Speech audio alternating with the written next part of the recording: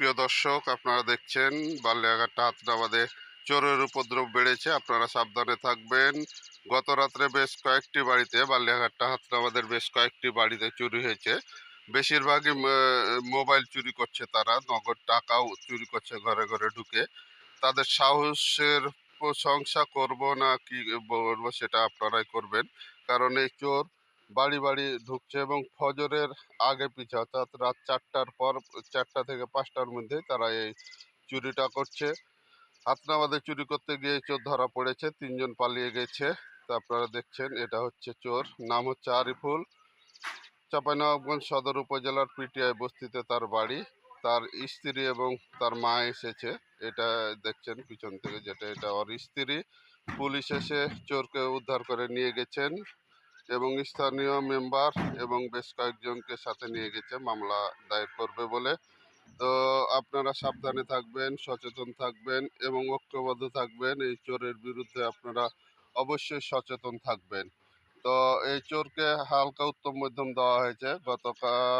গত রাত্রে রাত ৫টার দিকে তাকে ধরা হয় ফজরের আশেপাশে। ৪টার দিকে সে চুরি করতে ঢুকে হাতনামাদের এক বাড়িতে।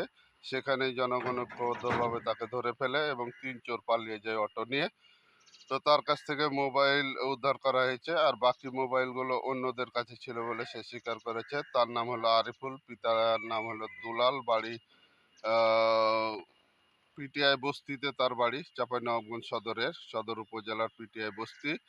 তো যা হোক, এটা তার স্ত্রী এবং পিছনেরটা তার মা।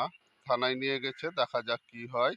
মামলা হবে এবং তার এসব চোরের একটা যেন ভালো শাস্তি হয় সেটাই আমরা দাবি করছি।